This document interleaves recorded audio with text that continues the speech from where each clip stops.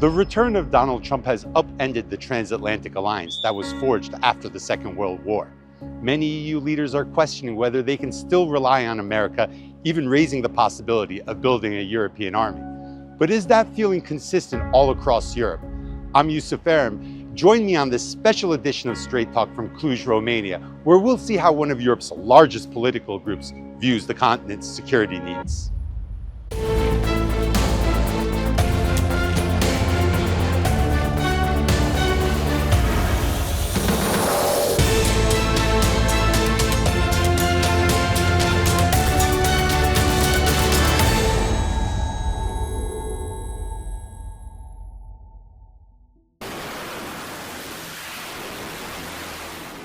The international order is being tested in ways not seen in decades. From military conflicts in Yemen, Gaza, and Ukraine, to tariff wars threatening global trade, Europe has found itself caught in the middle. Long reliant on the US for weapons and security, through NATO, a leaked conversation exposed the rift. Trump officials dismissing European allies for failing to bolster their own defenses. NATO members are being pressed to meet a 2% GDP defense spending target.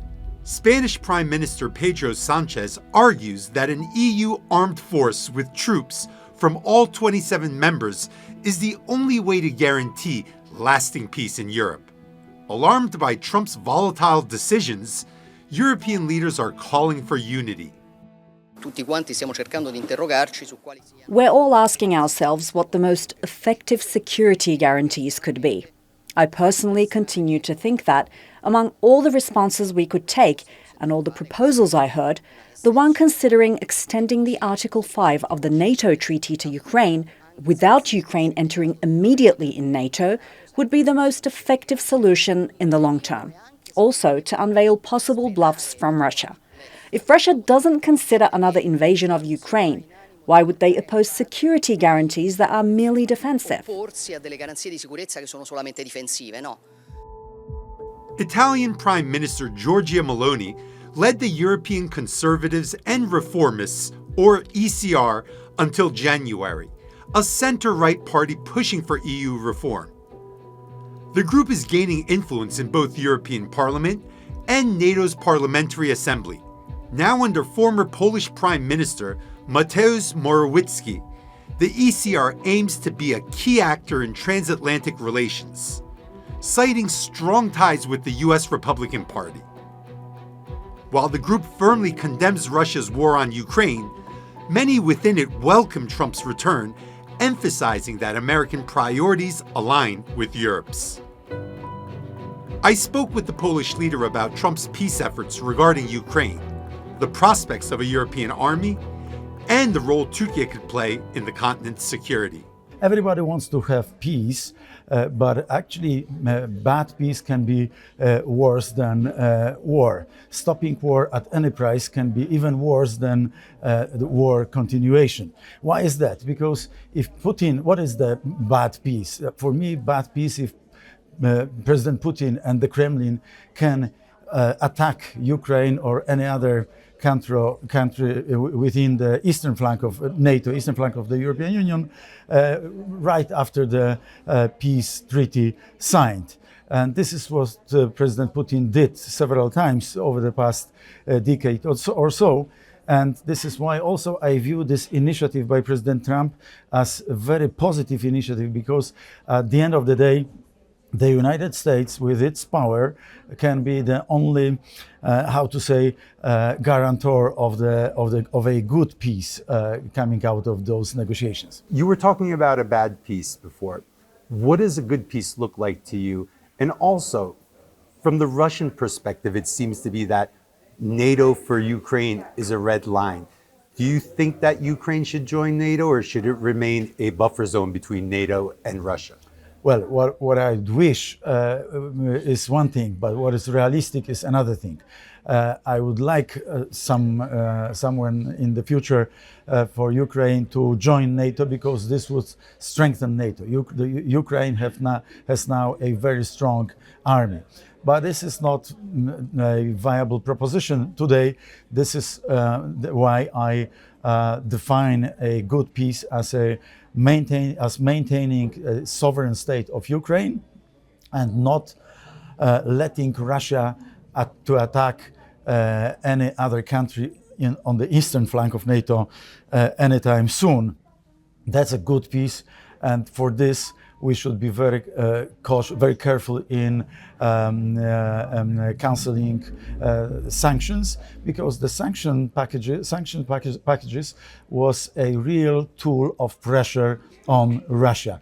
Sanctions started to work in the second and third year of war. They started to work, and this is a real argument why President Putin would want to negotiate with President Trump these days.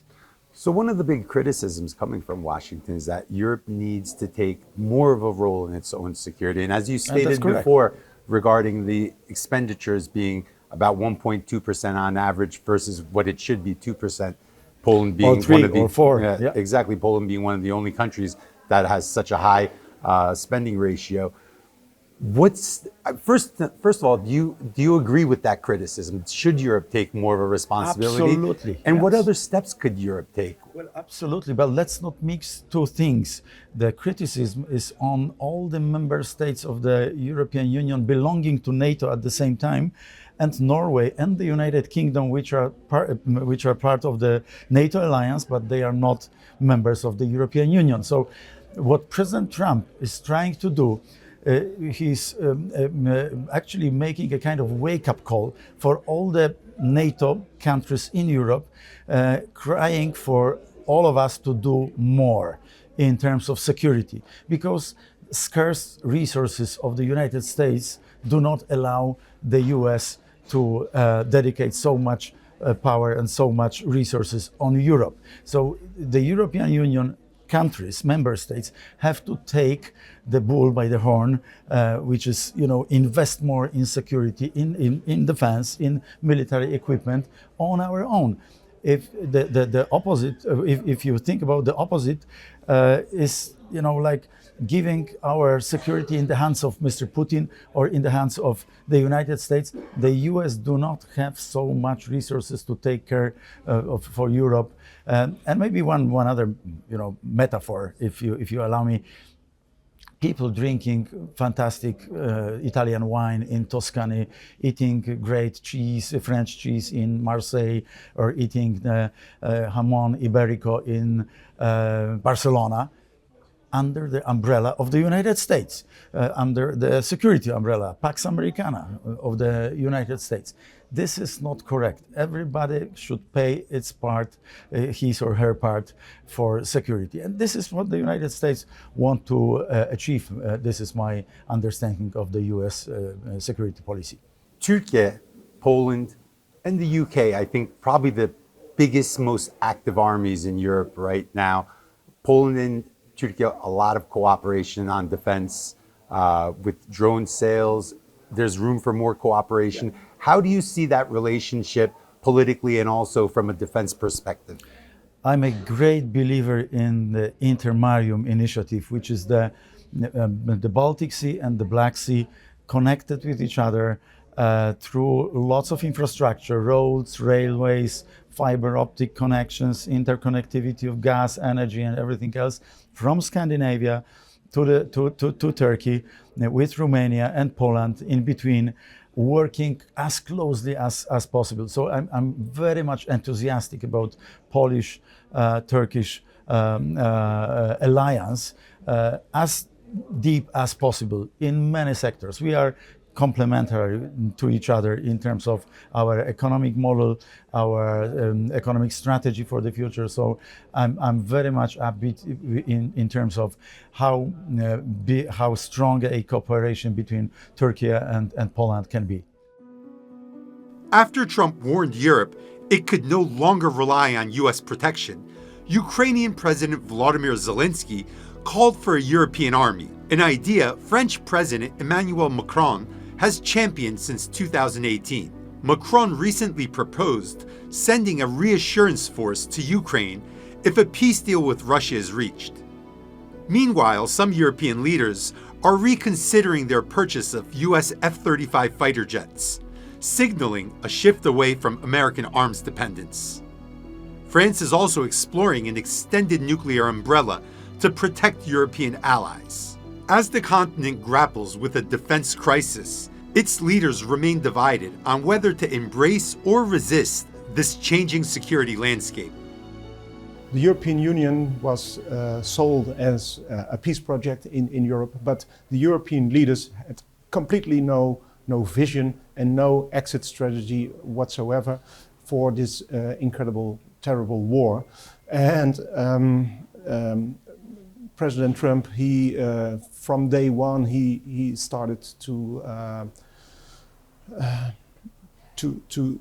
fight for peace in Europe, and I really embrace it. And I'm so surprised that a lot of the European leaders and also this strange European Commission wants to keep on fighting with this war. And still, I agree that we should help Ukraine with defending itself, but working on an exit strategy, working on peace was never on the table. And so it's a lack of vision, it's a lack of strategy, I don't know. But now, on the other hand, we have this war and they abuse it to centralize even more power. They want a European defense, they want a European army. That's a wish they have for a long time. Do you want to see a European army? No, absolutely not. Does Europe need one? We should have a good national armies, like Poland. Poland was prepared. They invested in their defense system, but the other member states were lacking because they have become lazy. They rely on the United States for decades to defend Europe, and it's strange because the GDP of the European Union is 10 times bigger than Russia. So I really understand why American citizens say, why should we take care? Why is our taxpayers' money needed to defend Europe? Let's do their own job. And they are absolutely right. But the European leaders were lazy. They had no vision, etc. And a European army is not the solution. Who is going to be in command of that? That's the first question I have. So it's really difficult. But every nation should have his own good defense system and his own good army. One more question. In your time at European Parliament, you also worked on the EU-Russia Parliamentary Committee. So yes. You probably have more experience dealing with the Russians than most parliamentarians. How was that experience? Is it easy to talk to Moscow? Was there a lot of communication? Was it very inactive? Zero. There was nothing. There's no communication whatsoever during your time there? There was no communication because of the MI17 disaster. There was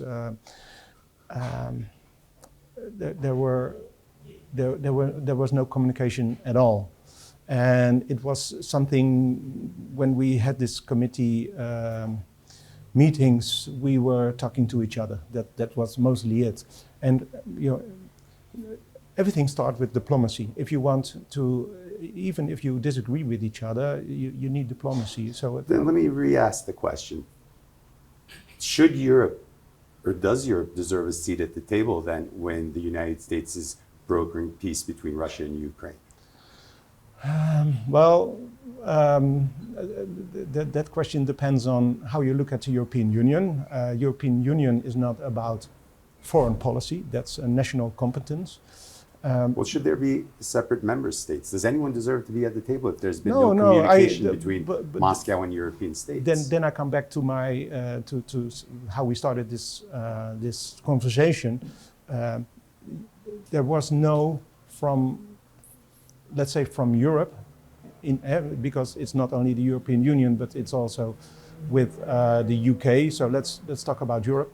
There was no strategy. They only said we are going to send more money and more weapons, and Ukraine is going to win this war, which is crazy point of view, because Ukraine, with 42, 46, I don't know exactly, but let's say million people, and Russia is 3 times bigger. But Russia has all the resources that they need, the oil and the gas to fuel their war. Mm-hmm. So they should have started from day one to think about how we are going to end this war. And they never done that. And now we have President Trump, and he's doing that from day one. And I think he's absolutely right that he said, you had the chance to do it. You did nothing in 3 years, and now I'm going to solve the problem. So it's not about that the European Union didn't have any diplomacy in the Commission and in the Parliament, because that's not their task. But it is the behavior in the last 3 years that made that they are powerless. Mm-hmm. Rob Roos, former member of European Parliament from the Netherlands. Thanks for joining me on Strait Talk. Thank you. As Europe redefines its security framework, one key question remains: where does Türkiye stand? A NATO ally, Türkiye plays a pivotal role in European security, from safeguarding the Black Sea to mediating in the war in Ukraine. Geçtiğimiz haftalarda yaşanan The heated debates over the past weeks have shown that European security without Türkiye will not be possible. Europe is starting to acknowledge how much they need us, not only in terms of security, but also in many areas, from the economy to diplomacy, and from trade to social life. birçok alanda From a country long under Russia's shadow, NATO member Romania has emerged as a vocal critic of Moscow's war on Ukraine. Currently, it's building one of the alliance's largest military air bases. Located on the Black Sea, this $2.7 billion project will have a perimeter of 30 kilometers. The base is expected to accommodate around 10,000 NATO troops and personnel. Beyond defense expansion, Romania is also deepening its ties with Türkiye, particularly in securing the Black Sea. The two nations have strengthened cooperation since signing a January 2024 agreement to clear naval mines in the conflict-plagued waters. But where does Turkey's role in European security fit into the bigger picture? And will Trump's peace initiative bear fruit? We put those questions to George Simion, Vice President of the ECR political group and presidential frontrunner in Romania's upcoming election. We have indeed historical issues with Russia under different forms, even if it was the Tsar Empire, the Soviet Union, or current Putin Russia. But we believe in peace, we believe in diplomacy, and hopefully President Trump will manage to have results as he promised in the electoral campaign, and he will stop the war. This is the most important thing right now, to have a ceasefire and then a durable peace operation. Of course, because we had different experience in our past, I remember to the public opinion, international public opinion, that we lost territories before the Second World War, after the Nazi and Soviet occupation through the Ribbentrop-Molotov Pact. And if the peace after the Russian-Ukrainian war will conclude, we need new security guarantees.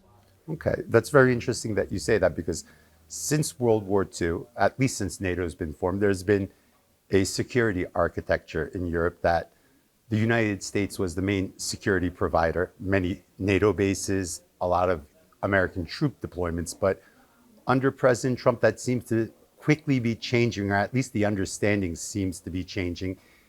The rhetoric from Washington is basically that they want to see Europe play a bigger role in its own security.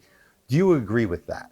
President Trump will continue to lead the free world, in my assessment, and us as Romanians need NATO, and we need to continue NATO as a defensive alliance. Of course, President Trump stressed that we need to pay for our security, which is actually true, and it has been true in history. We respect all our partners in NATO. We paid some towards the Ottoman Empire, for example, the Romanian voivodats in history. And President Trump, in his first term, stressed that we need to pay a bigger budget for our army costs. So we did it, the Polish did it, and a couple of other countries, but not all allies in NATO. So I reject the idea of a hypothetical European army. I am a supporter of the current security architecture that worked after the Second World War, as you said. And in this architecture, of course, the European countries must contribute to NATO efforts. There's also been talk about a big NATO base in Romania, could be the biggest one in Europe in the future. Is this something, especially if you're elected as the next president of Romania, that you support? Do you want to see more NATO inside of Romania? We support and encourage the idea of NATO bases because, as I said earlier, NATO is a defensive alliance and we need to invest in our own security, but we also need boots on the ground to assure our security. So I can imagine American soldier, but I also can imagine in working for the region's security with our Polish and Turkish friends. It's interesting that you say that because when we look at the Black Sea, probably NATO vis-a-vis Russia, the most strategic area, Romania on the Black Sea, Türkiye on the Black Sea, both countries have a lot of cooperation there. How do you view that cooperation? Is that something that you would want to see continued or even advanced further? I think Romania and Türkiye can do many more regarding security, especially at the Black Sea. I am a peace and I am a guy that promotes peace, and the Romanian people are a peace-loving nation. This is why we must get rid of the conflict rhetoric. We need to de-escalate conflicts and current wars. So I wouldn't like to see conflicts in the Black Sea between NATO allies and Russia. Part of security architecture is also energy architecture. Now, Romania is in a very strategic location to be able to provide logistically energy for the European continent. How do you see that going forward? There's a lot of natural gas reserves in the Black Sea that Romania hasn't utilized, also pipelines. Is this something that you feel should be advanced even more? If I am elected president, I will contribute to our independence as a country and as a continent towards energetic independence. So yes, we have lots of onshore and offshore natural gas, which we want to exploit in the benefit of the Romanian people and assuring energetic independence, because yes, it regards our security as alliances and as free nations. When you look at European foreign policy, especially EU policy, it's very similar to American policy. Do you feel that it's time for Europe to be more strategically autonomous and pursuing its own interests, having its own foreign policy roadmap that decouples a little from the United States? No, not at all. This is not what we signed up for. The free world is composed of the European Union and NATO allies, and we are hoping to enhance this cooperation between NATO as a military part and the European Union as an economic zone, not as a cultural zone, not as a military zone. We need more sovereignty to the member states that can decide for itself the policy regarding external affairs, military and cultural aspects. George Simion, Vice President of the EU's ECR political group and Romanian presidential candidate. Thanks for joining me on Strait Talk. Thank you for your invitation.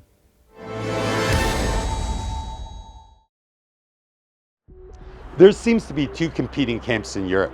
One that wants drastic change to confront what they see as Trump's unpredictability. They want to decouple from America everything from weapons to nuclear deterrence and protection. In its place, a European army. But another camp doesn't want a radical shift. They want to work with Trump to reform the old system, to take gradual steps on improving Europe's security. And from the leaders I've spoken with, they want Türkiye to play a crucial role in that process. The key word isn't revolution, it's reinvention. Thanks for joining me on this special edition of Strait Talk from Cluj, Romania. I'm Yusuf Aram. See you next time.